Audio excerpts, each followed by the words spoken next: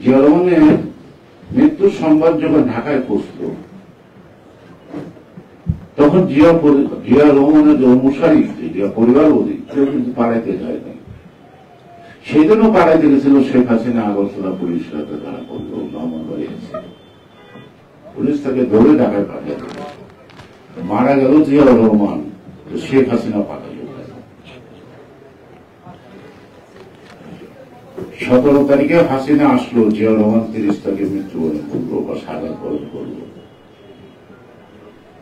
তো জিয়া রহমানের শাহাদাত বরণের সাথে হাসিনার হাত নাই, এটা তো নিশ্চিত করে বলা যায়। বিএনপি প্রতিশোধ এবং প্রতিহিংসা রাজনীতি করে নাই বলেই শেখ হাসিনা নিরাপদে ছিল। অর্থাৎ এটার ভিতরকার তথ্যটা খুঁজতে যায়নি, সে কারণেই এরশাদ নিরাপদে ছিল। শুধুমাত্র জিয়া রহমানের যে রাজনীতিটা কখনোই প্রতিশোধ পরায়ণ ছিল না। উনি ব্যক্তিগতভাবে কোন রাজনৈতিক দলের নেতার নাম ধরে বা দলের নাম ধরে কখনো কোনো সমালোচনা করতেন না। তার নতুন দলের কথা বলতেন, তিনি খুব করতে চান, তিনি সহযোগিতা চাইতেন, কিন্তু তিনি কোন ব্যক্তির নাম ধরে কখনো কোনো সমালোচনা করতেন না, কোন দলের নাম ধরে বলতেন না। একইভাবে দেখেন এখন খালেদা জিয়া দীর্ঘজীবন রাজনীতিতে সংগ্রাম দেখলেন, তার মুখ থেকে কখনো ব্যক্তি আক্রমণ আসবে।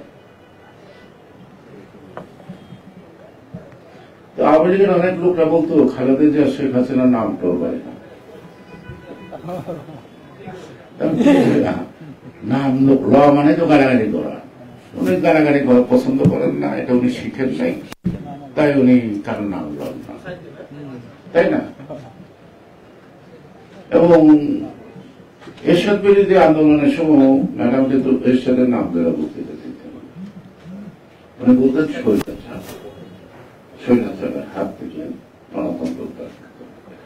অর্থাৎ আদর্শিক যেটা লড়াই করতেছি সেই লড়াই শব্দটাই তিনি সবসময় উচ্চারণ করতেন, এখনো